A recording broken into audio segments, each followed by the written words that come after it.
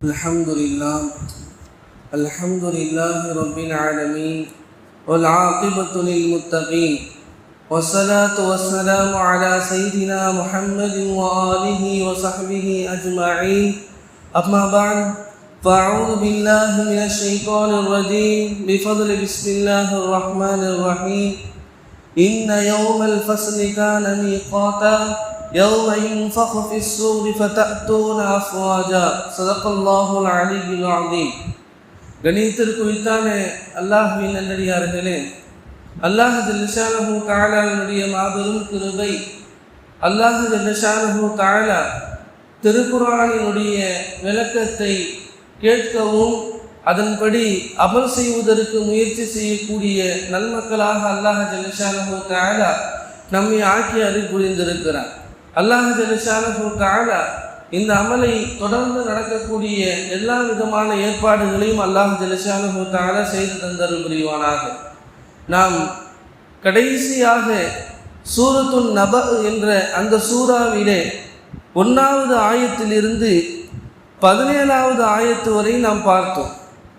அதிலே சுருக்கமாக சொல்ல போனால் மக்கத்து காஃபிர்கள் நபிகள் நாயகம் ஸல்லல்லாஹு அலைஹி வஸல்லம் அவர்களிடத்திலே, நீங்கள் சொல்லக்கூடிய கியாம நாள், தீர்ப்பு நாள் எங்களுக்கு இந்த உலகத்திலேயே நீங்கள் காட்டிவிட்டீர்கள் என்று சொன்னால் நாங்கள் அதை கண்கூடாக பார்த்து நாங்கள் நம்பி உங்களை நாங்கள் ஈமான் கொள்வோம் அல்லவா? ஏன் இந்த உலகத்திலேயே அந்த கியாமத்தினுடைய நாளை கொண்டு வரக்கூடாது என்பதாக சொல்லும்போது அல்லாஹ் ஜல்ல ஷானஹு தஆலா அதற்கு பதில் சொல்லும் வகையாக, இந்த கியாமத்து நாள் என்பது நீங்கள் நினைத்து கொண்டிருப்பதை போன்று சாதாரணமான விஷயம் அல்ல, அது மிகப்பெரிய விஷயம், அதை நீங்கள் அறிய மாட்டீர்கள். இந்த உலகத்திலே தீர்ப்பு வழங்கக்கூடிய நாளை கொண்டு வந்தால் என்ன ஏற்படும் என்று சொன்னால், இந்த உலகத்திலே எல்லாரும் கூட்டாக வாழக்கூடிய ஒரு இடம்தான் இந்த உலகம்.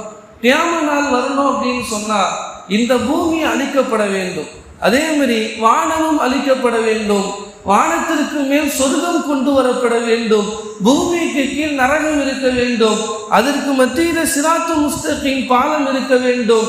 அப்போது கேள்வி கணக்கு கேட்கக்கூடிய அந்த நிலைதான் தனி நபர் பாதிப்பு ஏற்படும், தனி நபர் கண்ணியம் ஏற்படும் என்பதாக அல்லாஹ் ஜல்ல ஷானஹு தஆலா சொல்றான். அதே இந்த உலகத்தில் ஒரு மனிதனுக்கு நான் தண்டனை கொடுத்தோம் அப்படின்னு சொன்னா, ஒரு குடும்பத்தில் இருக்கக்கூடிய ஒரு நபருக்கு கொடுத்தோம்னு சொன்னா அது மற்ற குடும்பத்தார்களுக்கும் அதை பாதிக்கும். இப்போ ஒரு மகனுக்கு ஒரு தண்டனை அல்லாஹ் கொடுக்குறான் அப்படின்னு சொன்னா அதனுடைய பாதிப்பு அவருடைய குடும்பத்தில் இருக்கக்கூடியவர்களுக்கும் ஏற்படும். ஆஹா, என்னுடைய மகனுக்கு இப்படி அல்லாஹ் தண்டனை கொடுத்துட்டானே இந்த உலகத்துல அப்படின்ட்டு. ஆனா கியாமத்தினுடைய நாள்ல அந்த உறவுகள் எல்லாம் இருக்காது. அவர்களுக்கு என்ன தண்டனை கொடுக்கப்படுமோ அதை முழுமையாக கொடுக்கப்படும் என்பதாக நம்ம பார்த்தோம்.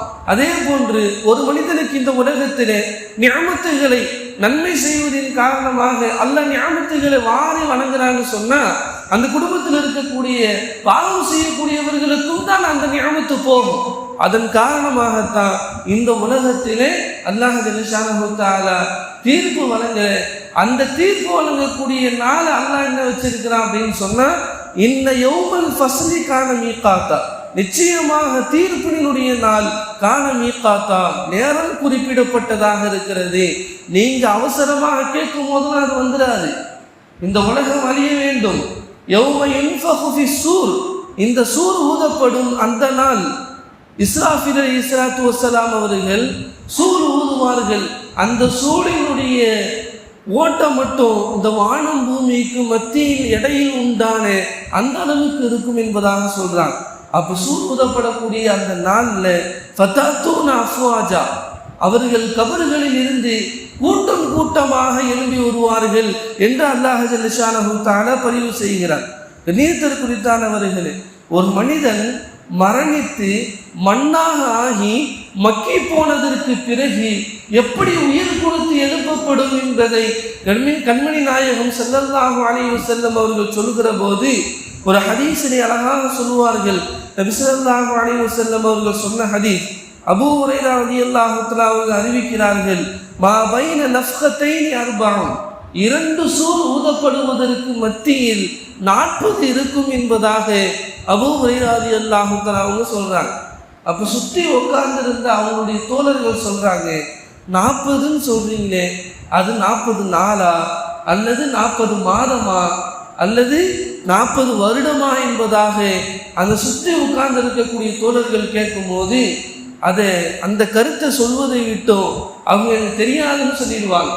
அந்த சந்தர்ப்பத்தில் அடுத்த ஹதீஸை அவர்கள் சொல்வார்கள், சும்ம என்சிலுல்லாஹு மினஸ் ஸமாஇ மாஅன், சூர் ஊதப்பட்டதற்கு பிறகு, இரண்டாவது சூர் ஊதப்பட்டதற்கு பிறகு, முதல் சூர் ஊதப்படுகிற போது இந்த உலகம் அனைத்தும் அலைந்துவிடும். சொர்க்கம், இந்த வானத்தில் இருக்கக்கூடிய நட்சத்திரங்கள் எல்லாம் அழிந்து போயிடும். இந்த உலகத்துல யாருமே இருக்க மாட்டாங்க, அல்லாஹ் ஒருவன் மட்டும்தான் இருப்பான். அப்ப இரண்டாவது சூர் ஊதப்படுகிற போதுதான் சும்ம என்சிலுல்லாஹு மினஸ் ஸமாஇ மாஅன், அல்லாஹு தஆலா வானத்தில் இருந்து மலையை இறக்குவான். ஃபயம்புதூன கமா யன்புதுல் பகல், எப்படி விதைகளின் மூலமாக செடி கொடிகள் எல்லாம் முளைத்து வருகின்றனவோ அதே போன்று அந்த மழை பெய்வதின் காரணமாக இந்த மனிதர்கள் எல்லாம் அதே போன்று விதையிலிருந்து முளைத்து வருவதை போன்று முளைத்து வருவார்கள் என்று நபி ஸல்லல்லாஹு அலைஹி வஸல்லம் அவர்கள் இந்த ஹதீஸை சொல்லி அந்த விதை என்ன என்பதை விளக்கும் வண்ணமாக சொன்னார்கள். லைஸ மினல் இன்சானி ஷையுன் இல்லா யுபுலா, மனிதனுடைய அனைத்து உறுப்புகளும் மண்ணோட மண்ணாக ஆகி மக்கி போகிவிடும். இல்லா அதுமன் வாஹிதா, ஒரே ஒரு எலும்பை தவிர, ஒரே ஒரு எலும்பை தவிர. அது என்ன எலும்பு? நபி ஸல்லல்லாஹு அலைஹி வஸல்லம் அவர்கள் சொன்னார்கள், வஹுவ அஜ்புத் தனப், அதுதான் முதுகுத்தண்டினுடைய கடைசி பகுதி என்பதாக சொன்னாங்க. உள்வால் எலும்பு என்பதாக சொல்லுவாங்க. உள்வால் எலும்பு அப்படின்னு தமிழ்ல சொல்லுவாங்க. அப்ப முதுகுத்தண்டினுடைய கடைசி பகுதி சின்னதாக ஒரு விதையை போன்று இருக்கும். அந்த எலும்பின் மூலமாகத்தான் கியாமத்தினுடைய நாளில் படைப்பினங்கள் எல்லாம் அதிலிருந்து தான் எழுப்பப்படும் என்ற விஷயத்தை நபி ஸல்லல்லாஹு அலைஹி வஸல்லம் அவர்கள் தெளிவுபடுத்துகிறார்கள். இன்று வாழக்கூடிய அறிஞர்கள், அறிவியல் ஆய்வாளர்கள் இந்த ஹதீஸை ஆய்வு செய்து பார்க்கிறாங்க. அந்த சந்தர்ப்பத்திலே பெருமானார் ஸல்லல்லாஹு அலைஹி வஸல்லம் அவர்கள் சொன்ன அஜபுத் தனப் என்று சொல்லப்படுகிற அந்த எலும்பு, அந்த முதுகத்தண்டினுடைய கடைசி பகுதி, ஆழமான பகுதியிலே ஒரு எலும்பு இருக்குது. அந்த எலும்பை ஆய்வு செஞ்சு பார்க்கும்போது தெரியப்படுது என்ன அப்படின்னு சொன்னா, ஒரு குழந்தை தாயினுடைய கருவறையில் பிறக்கிறது என்று சொன்னா முதல்ல அந்த உறுப்பு தான் என்ன செய்து உருவாகுது. அதே போன்று ஒரு மனிதன் மரணித்ததற்கு பிறகு அவனுடைய எல்லா உடல்களும் எலும்புகளும் சில வருடங்களுக்கு பிறகு மக்கி போகி விடுகின்றன. ஆனால் அந்த அஜபு தனப் என்று சொல்லப்படுகிற உள்வால் எலும்பு மாத்திரம் அது அழிவதில்லை. அப்ப அந்த எலும்பை எடுத்து லேபுக்கு எடுத்துட்டு போய் டெஸ்ட் பண்ணி பார்க்குறாங்க. பல டிகிரிகளில் வைத்து நெருப்பை வைத்து அந்த எலும்பை கரிக்க பார்க்குறாங்க, கரிக்க முடியல. அப்போ அதே போன்று அந்த பல அமிலங்களை வைத்து கரைக்க பார்க்குறாங்க. அமிலங்கள் அதை வச்சு என்ன செய்கிறாங்க, கெமிக்கலை வச்சு கரைக்க பார்க்குறாங்க. அப்பயும் அந்த எலும்பு என்ன செய்யுதுங்க, கரையில. அப்போதான் தெளிவுபடுத்துகிறாங்க, இந்த எலும்பின் மூலமாகத்தான் இரண்டாவது சூர் ஊதப்படுகிற போது எப்படி மழை பெய்யுது என்று சொன்னால், ஒரு செடியினுடைய ஒரு மரத்தினுடைய விதைகள் இருக்குகிற போது அந்த விதையின் மீது மழை தண்ணி படுகிற போது அந்த செடி முளைக்கின்றனவோ அதே போன்று கியாம நாளிலே எல்லாருடைய அந்த எலும்பு இருக்கும். அந்த சந்தர்ப்பத்தில் மலையை அல்லாஹ் ஜல்லஷானஹு தஆலா பொழிய செய்வான். அந்த மலையினுடைய நீர் பட்டவுடன் எல்லாம் எப்படிங்க எந்திரிப்பாங்க, செடி கொடிகள் முளைத்து வருவதை போன்று அந்த என்ன செய்வாங்க, அந்த செடி கொடிகள் முளைத்து வருவதை போன்று மனிதர்கள் அனைத்தும் உயிர் கொடுத்து எழுப்பப்படும். கியாம நாளுக்காக வேண்டி மஹ்ஷருடைய மைதானத்திலே நிற்கக்கூடிய நிலை அங்கு ஏற்படும். இது ஆதாரபூர்வமாக நிறைவேற்றப்பட்ட ஒரு விஷயம் என்பதை நம்ம வழங்கும் நியத்திற்குறித்தானவர்களே. அதே போன்று மஹ்ஷருடைய மைதானத்திலே எந்த அளவுக்கு மக்கள் கஷ்டப்பட்டு கொண்டிருப்பாங்க. அந்த இன்ன யௌமல் ஃபஸ்லி கான மீகாத்தா, அந்த தீர்ப்பு நாள் என்பது கான மீகாத்தா, நேரம் குறிப்பிடப்பட்டு விட்டது. அந்த நேரம் யார் அறிவா? அல்லாஹ்வை தவிர வேறு யாராலும் அந்த நேரத்தை அறிய முடியாது. கியாமத்து நாளினுடைய ஞானம் இருக்குது, அது அல்லாஹ்வுக்கு மாத்திரம்தான் தெரியும். அப்ப சூர் ஊதப்படக்கூடிய நேரத்திலே ஆங்காங்கு இருக்கக்கூடிய மக்கள் ஃபதஅத்தூன அஃப்வாஜா, நீங்கள் கூட்டம் கூட்டமாக நீங்கள் வருவீங்க என்பதாக சொன்னார். இப்போ ஃபதஅத்தூன அஃப்வாஜா, நீங்கள் கூட்டம் கூட்டமாக வருவீர்கள் என்பதற்கு முஃபஸ்ஸிரீன்கள் பல கருத்துக்களை சொல்றாங்க. அதுல ஒரு கருத்து என்ன அப்படின்னு சொன்னா, அந்தந்த கூட்டத்தார்கள் அந்தந்த நபிமார்களோடு எழுப்பப்படுவார்கள், அந்தந்த கூட்டத்தார்களுக்கு அந்தந்த நபிமார்கள் தலைமை தாங்கி அவர்களுக்கு பின்பாக நிற்பார்கள் என்பதாக ஒரு கருத்து. சில கருத்து என்ன அப்படின்னு சொன்னா, அந்தந்த பாவத்திற்கு தகுந்தால் போல் அவர்கள் எழுப்பப்படுவாங்க என்பதாகவும், நன்மைக்கு தகுந்தால் போல் எழுப்பப்படுவாங்க. இப்போ ஒரு மனிதர் இஹ்ராமுடைய நிலையில வஃபாத் ஆகிறாரு, ஹஜ்ஜினுடைய நிலையில வஃபாத் ஆகிறார் அப்படின்னு சொன்னா, அவரை இஹ்ராமுடைய ஆடையோடு அவர் எழுப்பப்படுவார்.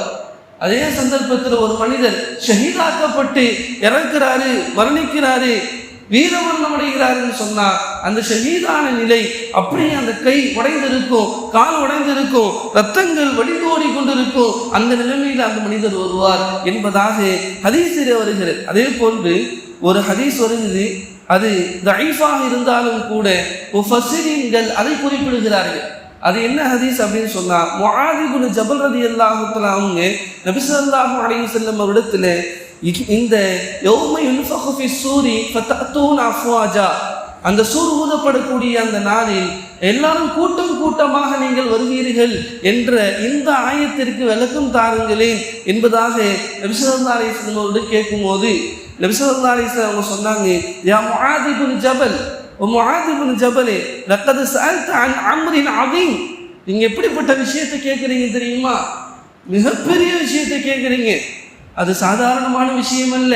நம்ம நினைச்சுக்கிட்டு இருக்கிற மாதிரி என்ன இல்லைங்க. அந்த கியாமத்தினுடைய நாள், மஹ்ஷருடைய மைதானத்திலே இந்த உலகத்தில் இருந்து உயிர் கொடுத்து எழுப்பப்பட்டு கூட்டம் கூட்டமாக வரக்கூடிய அந்த நாள் சாதாரணமான விஷயம் அல்ல. கொஞ்ச நேரம் நபி ஸல்லல்லாஹு அலைஹி வஸல்லம் அப்படியே அமைதியாக இருந்தாங்க. அர்ஸல ஐனைஹி பாக்கியன், அவருடைய 2 கண்களில் இருந்தும் கண்ணீர் தாரை தாரையாக வருகிறது. அப்ப ரசூலுல்லாஹி ஸல்லல்லாஹு அலைஹி வஸல்லம் அவங்க அந்த மஹ்ஷருடைய மைதானத்தில் நடக்கிறத அந்த நிகழ்வை பார்த்து அவங்க என்ன செய்யறாங்க, கண்ணிலிருந்து கண்ணீர் வருது. அப்ப சொல்றாங்க, சில என்னுடைய உம்மத்திலே சில நபர்கள் இப்படி எழுப்பப்படுவார்கள், அவங்களுடைய முகங்கள் மாற்றப்பட்டதாக இருக்கும், குரங்குகளாக பன்றிகளாக அவருடைய உடல்கள் மாற்றப்பட்டதாக இருக்கும் என்று 10 வகையான மக்களை பற்றி அல்லாஹ் ஜல்லஷானஹு நபி ஸல்லல்லாஹு அலைஹி வஸல்லம் அவர்கள் அந்த ஹதீஸில் குறிப்பிடுறாங்க. முதல் விஷயம் என்ன அப்படின்னு சொன்னா, ஒரு மனிதர் குரங்குடைய தோற்றத்தில் எழுப்பப்படுவார். அப்ப கேட்கப்பட்டது, ஏன் அவரை குரங்குடைய தோற்றத்தில் எழுப்பப்படுறாங்க அப்படின்னு சொன்னா, அவர் கத்தாத்துன் நம்மாமும், கோல் சொல்லக்கூடியவராக இருப்பார், நல்லா பேசிட்டு இருப்பார், அங்கங்க என்ன நடக்குதுன்னு பார்த்துக்குவார். அப்புறம் அந்த விஷயத்தை போய் என்ன செய்வாருங்க, வேற ஆள்கிட்ட சொல்லி ஃபித்னா ஏற்படுத்த வேண்டும் என்ற அந்த நோக்கத்தோடு அவர் என்ன செய்வாங்க, நம்மாமும் கோல் சொல்லி கொண்டிருப்பார் என்பதாக நபி ஸல்லல்லாஹு அலைஹி வஸல்லம் அவங்க சொன்னாங்க. அப்ப கோல் சொல்லக்கூடிய விஷயம் இருக்குது, அது எவ்வளோ பெரிய பாவம் என்பதாக நம்ம விளங்கணும். ஆனால் அதை நம்ம சாதாரணமாக என்ன செஞ்சிடறோம், அதில் பாவத்தில் ஈடுபட்டு விடுறோம். அதனுடைய பின் விளைவு நம்ம விளங்கிட்டோம் அப்படின்னு சொன்ன கண்ணியமானவர்களே, நம்ம யாரை பற்றியும் பேச மாட்டோம். நல்லதும் சரி கெட்டதும் சரி, யாரை பற்றி நம்ம என்ன செய்ய மாட்டோம், பேச மாட்டோம். புறம் பேசுதல் அப்படின்னா என்ன அப்படின்னு சொன்னா, அந்த கோல் சொல்றது அப்படின்னா என்ன அப்படின்னு சொன்னா, நம்முடைய சகோதரர் இல்லாத நேரத்தில் அவரை பற்றி நாம் ஒரு விஷயம் பேசுறோம். அவருக்கு முன்னால் பேசினால் அவருக்கு சங்கடம் ஏற்படும், அவருக்கு கஷ்டம் ஏற்படும், அவர்களுடைய மனசு பாதிக்கும் அப்படின்னு சொன்னா அது என்னதுங்க, புறம் பேசுதல் அப்படின்ற அந்த நிலைமைக்கு ஆகும். இப்போ 2வது நபி ஸல்லல்லாஹு அலைஹி வஸல்லம் சொன்னாங்க, சூரத்துல் ஹின்ஸீர், பன்றியினுடைய தோற்றத்தில் சில மனிதர்கள் எழுப்பப்படுவாங்க அப்படின்னு சொன்னாங்க.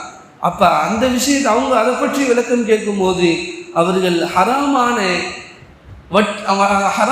வஸ்துக்களை அவர்கள் உட்கொண்டிருப்பாங்க, ரிஷ்வத் போன்ற லஞ்சங்களை வாங்கி கொண்டு அவர்களுடைய வாழ்க்கையை கழித்து கொண்டிருப்பாங்க அப்படின்ற மாதிரி பிஸ்மில்லாஹி அலைஹி வஸல்லம் அவங்க சொன்னாங்க. இப்போ 3வதாக முகம் குப்புற நடக்கக்கூடியவர்களாக சில கூட்டம் வருவாங்க. முகம் குப்புற தலைக்கீழாக. இப்போ சஹாபாக்கள்லாம் விலங்குல எப்படி கால் தான் நடக்கிறதுக்கு பயன்படுத்துவாங்க, அப்படிதானே? இப்போ கால் தான் நடக்கிறதுக்கு பயன்படுத்துகிறோம். தலைக்கீழ் எப்படி நடக்கக்கூடிய அதில் இது எப்படி ஏற்படும்? வல்லாஹு அலா குல்லி ஷைஇன் கதீர், அல்லாஹ் அனைத்துக்குமே சக்தி பெற்றவனாக இருக்கிறான் அப்படின்னு குர்ஆன் நெடுக்க அந்த ஆயத்தை அல்லாஹ் ஏன் பயன்படுத்துறான்? இப்படிப்பட்ட ஹதீஸுகள் ஆயாத்துகள் வருகிற போது அதை நம்ம முழுமையாக நம்பக்கூடிய மக்களாக ஆகணும்னு சொல்லிதான் அல்லாஹ் அப்படி சொல்றான். கண்ணியமானவர்களே, அப்ப தலைகீழாக நடக்கக்கூடிய சில கூட்டங்கள் வருவாங்க. இப்போ அவங்கள பற்றி நபி ஸல்லல்லாஹு அலைஹி வஸல்லம் உடத்து கேட்கப்படும் போது அவங்க அக்கலத்துர் ரிபா, வட்டியை சாப்பிடக்கூடியவர்களாக இருந்தாங்க என்ற அந்த விஷயத்தை நபி ஸல்லல்லாஹு அலைஹி வஸல்லம் அவங்க சொல்லுவாங்க. நாலாவதாக சில கூட்டங்கள் குருடான நிலையில் வருவாங்க. அவங்களுக்கு கண்ணு தெரியாது, குருடான நிலையில் வருவாங்க. இப்போ அவங்கள பற்றி கேட்கக்கூடிய அந்த சந்தர்ப்பத்தில் அவங்க யார் அப்படின்னு சொன்னா ஆலிம்கள், முஃப்திகள். அவங்க மார்க்க தீர்ப்பை அவர்கள் யாருக்காவது அவங்களுடைய ஆதாயத்துக்காக வேண்டி மாற்றி மாற்றி என்ன செய்தவங்க சொல்லக்கூடியவர்கள் என்று நபி ஸல்லல்லாஹு அலைஹி வஸல்லம் அவங்க பதிவு செய்கிறாங்க. இப்போ யார் என்ன கேட்டாலும் சரி, அந்த மார்க்க தீர்ப்பு வந்துச்சு அப்படின்னு சொன்னா மார்க்கத்துல என்ன இருக்குதோ அதை ஹக்காக சொல்லக்கூடிய அந்த உலமாக்கள் தான் நமக்கு என்ன செய்யுங்க தேவை. அப்படி இல்லை அப்படின்னு சொன்னா ஆலிம் படிச்சு கூட அல்லாஹ் என்ன செய்வான்?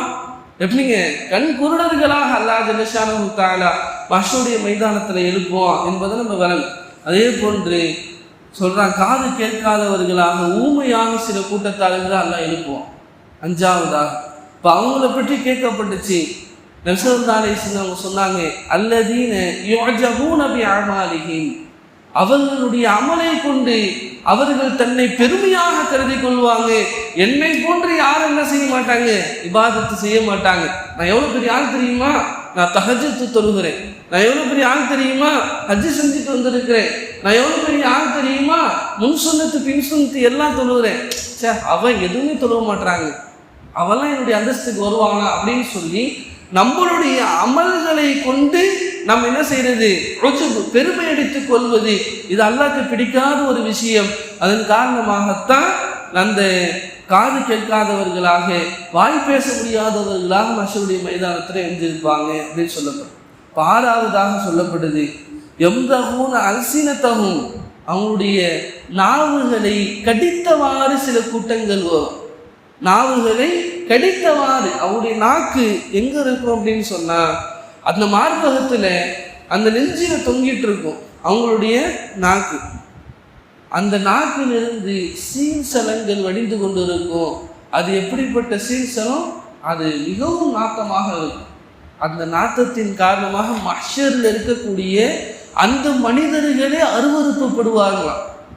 மஹ்ஷர் மைதானத்தில் ஒன்று சேர்ந்திருக்கக்கூடிய அந்த மக்களே அருவருப்பப்படுவாங்களாம். என்னடா இவங்க நம்ம பக்கத்தில் போய் வந்துட்டானே அப்படின்னு. இப்போ கண்ணியமானவர்களே, அவர்கள் யார்?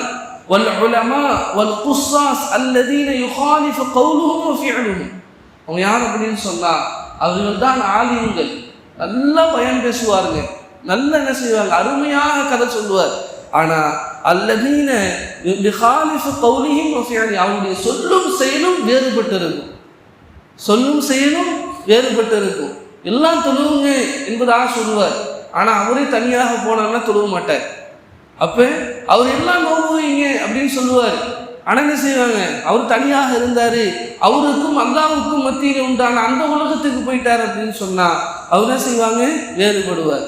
அப்ப சொல் ஒன்றாக இருக்கும், செயல் ஒன்றாக இருக்கக்கூடிய அந்த ஆலிம்கள், மார்க்க விஷயத்தை சொல்லக்கூடியவர்கள், அவர்களுக்கு இந்த தண்டனை வழங்கப்படும். அப்ப நம்ம என்ன சொல்றோமோ அதை செய்யக்கூடியவர்களாக இருக்கணும். அல்லாஹ் குர்ஆன்ல பனீ இஸ்ராயீலை பார்த்து சொல்றான், லிம தகூலூன மா லா தஃஅலூன், நீங்கள் செய்யாததை ஏன் சொல்கிறீர்கள் என்று அல்லாஹ் பனீ இஸ்ராயீலை பார்த்து சொல்றான். கண்ணியமானவர்களே, நம்ம விளங்கும்.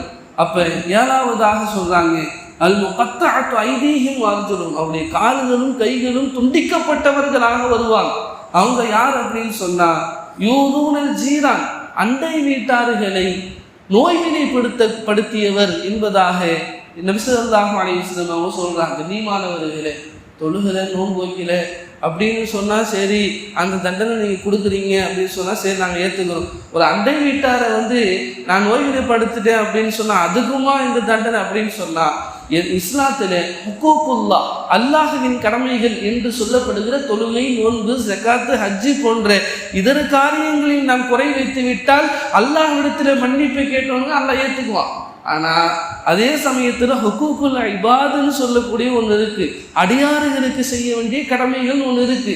அதில் நம்ம குறை வைத்து விட்டோம் என்று சொன்னால் அவங்க மன்னிக்காம அல்லாஹ் மன்னிக்க மாட்டான். பண்டை விட்டார் நம்ம ஏதாவது ஒரு தப்பு செஞ்சுட்டோம், அவங்களுக்கு மனசு கஷ்டப்படுற மாதிரி அவர்கள் மன்னிக்காம அல்லாஹ் மன்னிக்க மாட்டான். நம்முடைய சகோதரர் அவர் நம்ம ஏசி பேசிட்டோம், ஏதாவது திட்டோம், அப்போ மஹ்ஷருடைய மைதானத்தில் நாங்கள் போகிற நேரத்தில் பிடிச்சிடுவார், தம்பி இங்கே வாப்பா, அந்த நேரத்தில் திட்டினி இங்கே வாப்பா அப்படின்னுவார். அப்போ என்ன செய்யணும்? அப்போ இந்த உலகத்திலேயே நம்ம யாருக்காவது கஷ்டப்படுத்திட்டோம், கவலைப்படுத்திட்டோம்னா மன்னிப்பு கேட்கக்கூடியவர்களாக ஆகிவிட வேண்டும். அதே போன்று 8ஆவதாக சொல்றாங்க, நெருப்பு கட்டைகளில் அவர்கள் கட்டப்பட்டவர்களாக சில கூட்டம் வருவாங்க. நெருப்பு கட்டை சாதாரணமான கட்டை இல்லைங்க, நெருப்பு கட்டையில் கட்டப்பட்டவர்களாக சில கூட்டத்தார்கள் வருவாங்க. இப்போ அந்த மக்களை பற்றி கேட்கக்கூடிய அந்த சந்தர்ப்பத்தில் அரசரிடத்துல போயிட்டு மக்களை பற்றி தப்பான விஷயங்கள்லாம் சொல்லி மக்களுக்கு என்ன செய்யறது, ரொம்ப கஷ்டப்படுத்தக்கூடிய அந்த செயலை செஞ்சவங்க அப்படின்னு சொல்லப்படுது. இன்னைக்கு உதாரணத்துக்கு சொல்ல போனோம்னா, ஒரு தொழிற்சாலையில் ஒரு வியாபார கூடத்தில் ஒரு வியாபார ஸ்தலத்தில் என்னங்க அவங்களுக்கு எஜமானுக்கு கீழே ஒரு ஹெட்டாக போட்டிருக்காரு அப்படின்னு சொன்னால் அவர் என்ன செய்யணும், நடக்கிறத உண்மையாக பார்த்து அவரிடத்துல சொல்லணும்.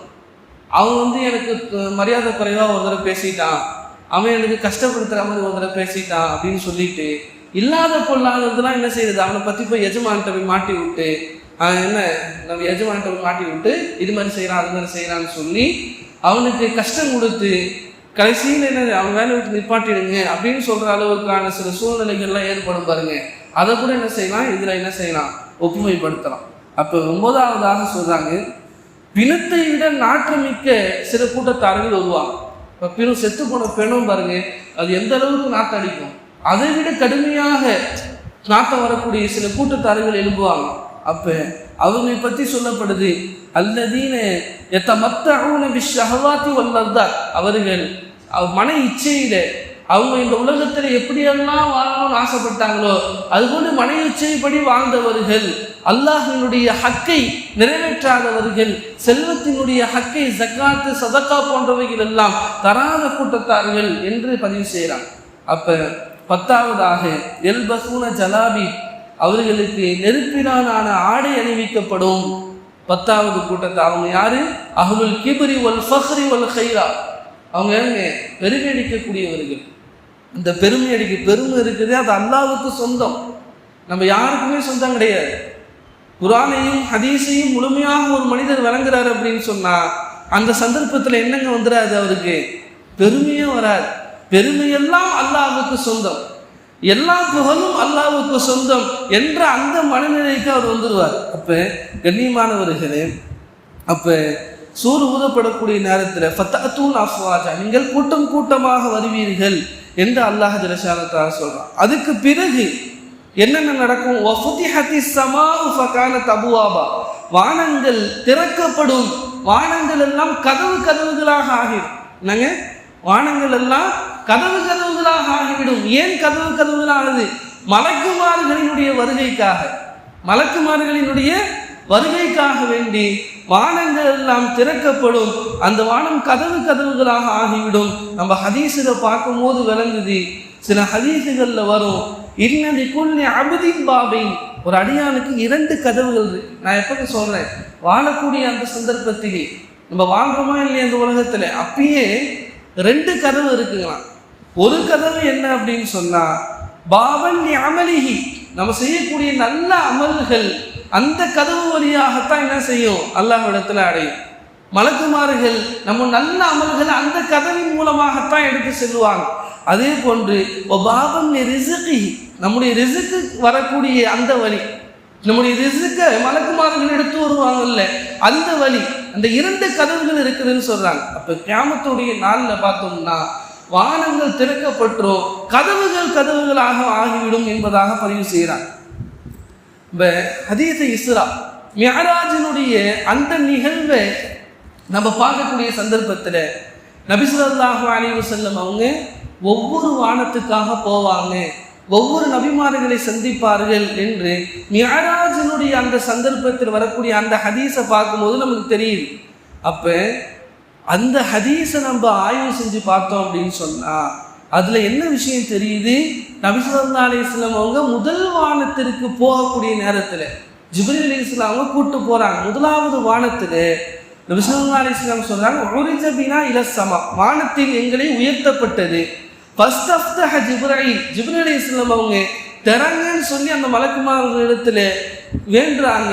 அந்த சந்தர்ப்பத்தில் ஃபகீல கேட்கப்படுது, மன் அன்த, நீங்கள் யாருன்னு கேட்கப்படுது. யாருங்க? ஜிப்ரீல் அலைஹிஸ்ஸலாம் அவங்க கேட்கப்படுது, மன் அன்த, நீங்கள் யார்? அப்போ அவர் சொல்கிறார், நான் ஜிப்ரீல். அப்போ திரும்பி கேட்கப்படுறது, அவன் மாக்க, உங்களோட யார் வந்திருக்கிறா? அவங்க முஹம்மது ஸல்லல்லாஹு அலைஹி வஸல்லம் அப்படின்னு சொல்லி ஒரு விசாரணை நடந்ததுக்கு பிறகுதான் முதல் கதவு திறக்கப்படுது. அதே மாதிரி ஒவ்வொரு வானத்திற்கும் போகக்கூடிய நேரத்தில் இதே சூழ்நிலை நடக்குது அப்படின்னு சொன்னா இன்று வானம் எந்த அளவுக்கு பாதுகாக்கப்பட்டிருக்கு. அப்போ மலக்குமார்கள் மட்டுமே என்ன செய்ய முடியும்? உள்ள போக முடியும். அதே போன்று அல்லாஹ் யாருக்கு அனுமதி கொடுத்திருக்கிறான்னு அவர்கள் மட்டும் போக முடியும். அப்ப இதே போன்று இந்த ரெண்டு ஹதீஸ்ல இருந்து அப்ப ரிஸ்க்குக்காக வேண்டி கதவுகள் திறக்கப்பட்டிருக்கின்றன. நம்முடைய செய்யக்கூடிய அமல்கள் உயர்த்தப்படக்கூடிய அந்த நிகழ்வு இப்ப நம்ம தஃப்சீர் நடந்து கொண்டிருக்கு பாருங்க. இங்க தஃப்சீர்ல வரக்கூடிய ஒவ்வொரு வார்த்தைகள் நீங்களும் நன்மையை ஆதரவு வைத்து உட்கார்ந்து இருக்கிற பார்த்தீங்க. இந்த எல்லா நேரமும் அந்த கதவுகள் என்ன செய்யும்? அப்படியே போயிட்டே இருக்கும். அங்கிருந்து நம்முடைய அமலுக்கு தக்கால் போல் ரிஸ்க்கு வந்துக்கிட்டே இருக்கும். நீங்க போய் கடையை தருங்க, அல்லாஹ் ஜல்ல ஷானஹு தஆலா விசாலமான ரிஸ்க்கு அல்லாஹ் தருவான். அல்லாஹ் தஆலா அதுக்கான நசீப் அல்லாஹ் தஆலா தந்துட முடியுவானா? அப்ப வானங்கள் திறக்கப்படும். கதவுகள் என்னங்க? வானங்கள் எல்லாம் கதவாய் இப்போ மலக்குமார்கள் இறங்குவாங்க.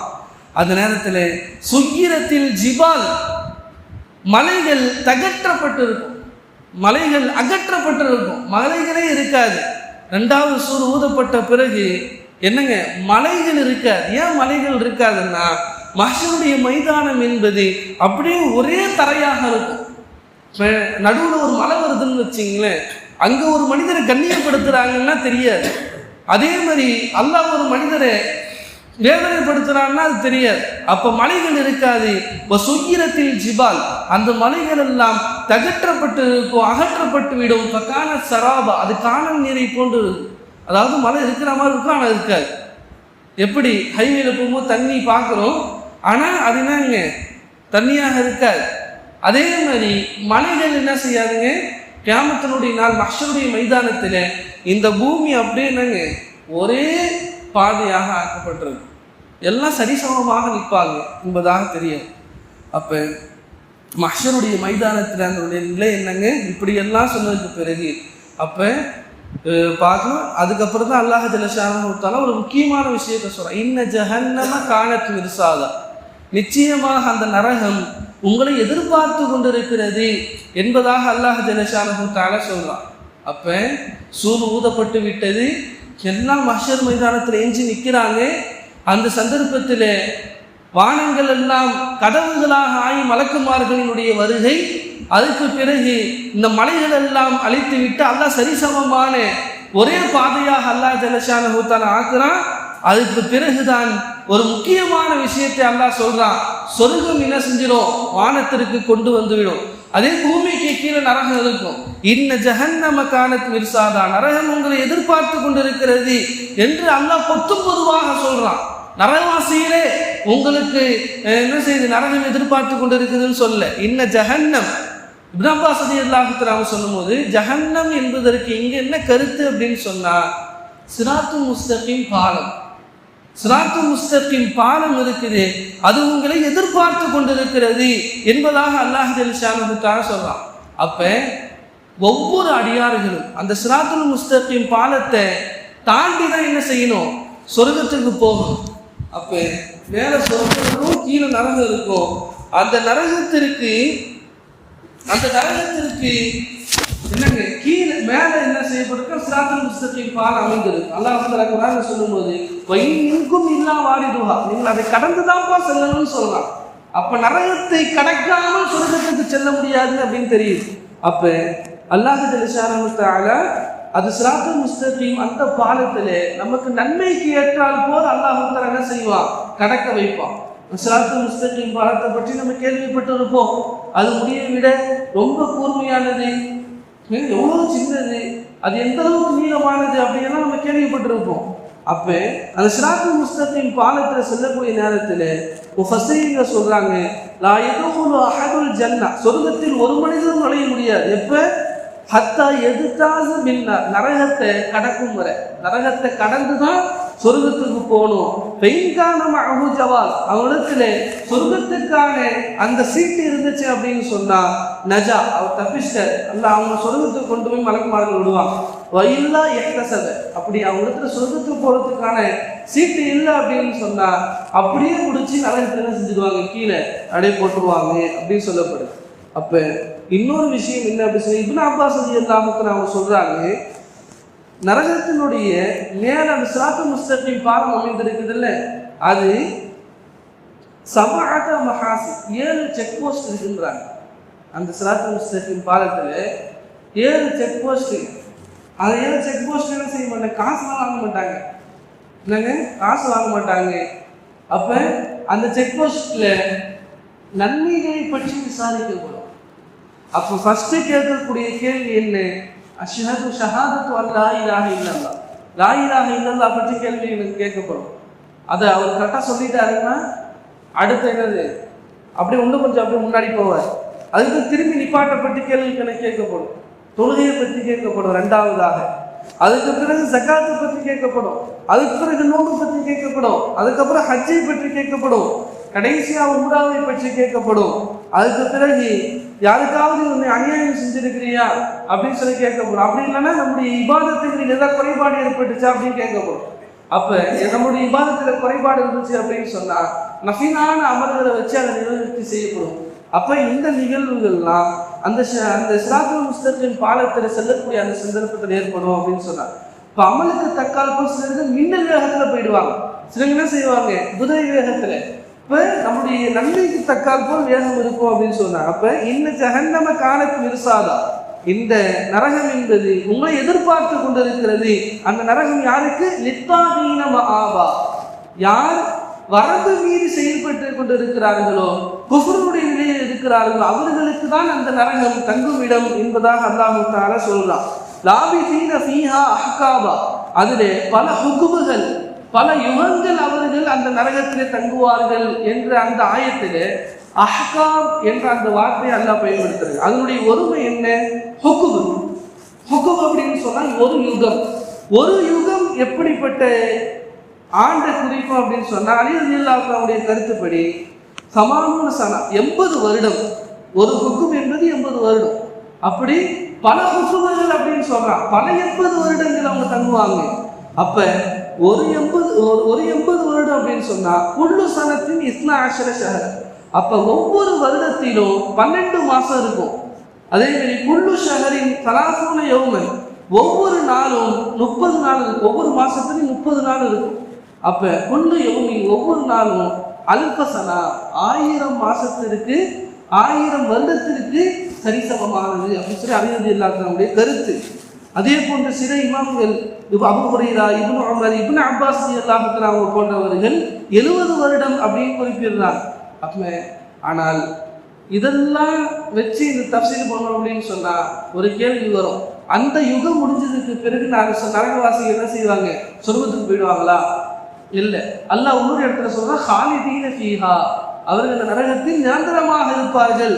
பைதாவி ரஹ்மத்துல்லாஹி அவங்க எழுதுறாங்க, துஹூருன் முத்ததாபிஅத்துன், தொடர்படியான காலங்கள் அவர்கள் என்ன செய்வாங்க, நரகத்திலே இருப்பாங்க.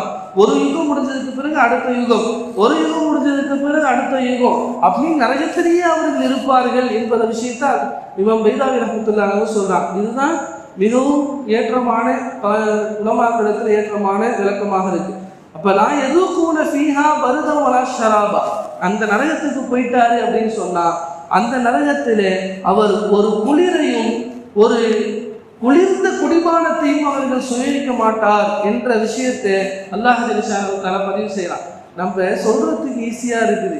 நம்ம எப்படி விளங்கணும்னு சொன்னா கண்ணியமானவர்கள் சுத்தி என்னங்க நெருப்பு பொருந்து விட்டு எரியக்கூடிய அந்த நேரத்தில் நடுவில் நின்றுட்டு இருக்கிற நம்ம ஒரு குளிர்ந்த நீர் கிடைச்சிடாதா, ஒரு குளிர்ந்த நீர் குடிபானம் கிடைச்சிடாதான் ஏங்குவோம் பாருங்க. அப்படி ஏங்குவாங்களாம். வலா யதுகூன ஃபீஹா பர்தம் வலா ஷராபா, அவர்களுக்கு குளிர்ந்த நீர் குளிர்ச்சியான எந்த வஸ்துவும் அவர்கள் சுவைக்க மாட்டார்கள். இல்லா ஹமீமம் வ கஸ்ஸாகா, சூடான தண்ணீரும் சீர்சலமும் தவிர என்று அல்லாஹ் ஜல்லஷானஹு தஆலா பதிவு செய்யறான். இப்போ சூடான நீர் ஹமீம் என்பதற்கு முஃபஸ்ஸிரீன்கள் சொல்ற போது அது எந்த அளவுக்கு சூடா இருக்கணும்னா, சுடு தண்ணியை காய்ச்சி காய்ச்சி காய்ச்சி காய்ச்சி காய்ச்சி காய்ச்சி கடைசியா காய்ச்சப்படுற அந்த நிலைமை இருக்கு பாருங்க. அப்படிப்பட்ட தண்ணீர், காய்ச்சப்பட்ட தண்ணீர், அந்த தண்ணியை அந்த மனிதர் குடிக்கிறதுக்கு போவாராம். முஃபஸ்ஸிரீன்கள் எழுதுறாங்க, யஷ்வி உஜூஹுஹும் வ யக்தஉ அம்ஆஹும், அவருடைய முகங்கள் இருக்கக்கூடிய அந்த கரிலாம் அப்படியே தண்ணி வந்துடும், சதைகள்லாம் தண்ணி வந்துடும். அப்போ அவங்க குடிக்கக்கூடிய நேரத்தில் அவங்களுடைய குடல்கள் எல்லாம் அப்படி என்ன செய்யும், துண்டிச்சு போயிடும். இப்போ அந்த நிகழ்வு அந்த அளவுக்கு அந்த வேதனை. ஹமீமோ கஸ்ஸாகா, கஸ்ஸாக் அப்படின்னு சொன்னால் சீர்சலம், நரகவாசிகளுடைய சீர்சலம். அதைத்தான் அவங்க என்ன செய்வாங்க, உணவுகளாக உட்கொள்வாங்க அப்படின்னு சொல்லி நரகவாசிகளை பற்றி சொன்னதுக்கு பிறகு ஜஸாஅ விஃபாகா, இந்த கூலி இருக்கு பாருங்க, இதுதான் உங்களுக்கு ஏற்றமான கூலி, உங்களுக்கு அதுதான் ஏற்றமான கூலி. ஏன் உங்களுக்கு இந்த அளவுக்கு தண்டனை வழங்கப்பட்டு கொண்டு இருக்குது அப்படின்னு சொன்னா அல்லாஹ் அதுக்கு காரணம் சொல்றான். இன்னஹும் கானூ லா யர்ஜூன ஹிசாபா, அவர்கள் கேள்வி கணக்கினுடைய நாளை அவர்கள் நம்பாதவர்களாக இருந்தாங்க. வகத்தபூ பி ஆயாத்தினா கிஸாபா, நம்முடைய அத்தாட்சிகளை ஒவ்வொன்றாக பொய்யாக்கி கொண்டிருந்தார்கள் என்ற செய்தியை பதிவு செய்யலாம். அப்ப நம்ம இந்த உலகத்திலேயே நம்மை நாமே கேள்வி கணக்கு கேட்டுக்கொண்டோம் என்று சொன்னா அந்த கேள்வி கணக்கு கேட்பதை விட்டோம் அல்லாஹ் என்ன செஞ்சிருவான், காப்பாற்றிடுவான். இப்போ உமர் ரலியல்லாஹு தஆலா போன்ற மூத்த சஹாபாக்கள் எல்லாம் நைட்டு உறங்குவதற்கு முன்பாக கேட்பான், நீ என்ன அமல் செஞ்ச, உன்னுடைய ஆகிரத்துக்காக என்ன அமல் செஞ்ச, ஏதாவது பாவம் செஞ்சிட்டியா, யாருக்காவது அநீதம் செஞ்சிட்டியா, உடனே அவங்களுக்கு போய் மன்னிப்பு கேட்டு வந்து அங்கு போய் அல்லாஹ்வுக்கு முன்பாக பதில் சொல்ல முடியாது என்ற இந்த பயம் சஹாபாக்களுக்கு இருந்து சொன்ன அந்த பயம் நம்ம இடத்துல வரும். இங்க பயத்தோம் அப்படின்னு சொன்ன மக்களுடைய மைதானத்துல பயப்படக்கூடிய அந்த நிலை இருக்காது. அல்லாஹ் கண்ணியமாக இருக்க வைப்பான். அதே போன்று அத்தாட்சிகளை பொய்ப்படுத்திக் கொண்டிருந்தாங்க. ஒவ்வொரு அத்தாட்சிகளாக இறக்கணும். நபிமார்களுக்கு முஅஜிஸாத்துகளை அல்லாஹ் இறக்கணும். சில சிம்பிளான உதாரணத்தை சொல்றேன். சாலிஹ் அலைஹிஸ்ஸலாமுக்கு ஒட்டகம் இறங்குச்சு. ஒட்டகம் மலையை பிளந்து கொண்டு ஒட்டகம் வந்துச்சு. அந்த ஒட்டகம் வெளியே வந்தவொடனே குட்டி போடணும்னு சொன்னாங்க. நாங்கள் ஈமானை ஏற்றுக்கோன்னு சொன்னாங்க. ஆனால் அதே போன்று மலையை பிளந்து ஒரு பெரிய ஒட்டகம், கர்ப்பிணியான ஒட்டகம் வெளில வந்துச்சு. அதே போன்று என்னங்க செஞ்சாங்க, அவங்களுடைய வயிற்றிலிருந்து அந்த ஒட்டகத்தில் வைத்திருந்து குட்டியும் வந்துச்சு. ஆனால் அவங்க என்ன செஞ்சாங்க, ஏமாத்துறாங்க.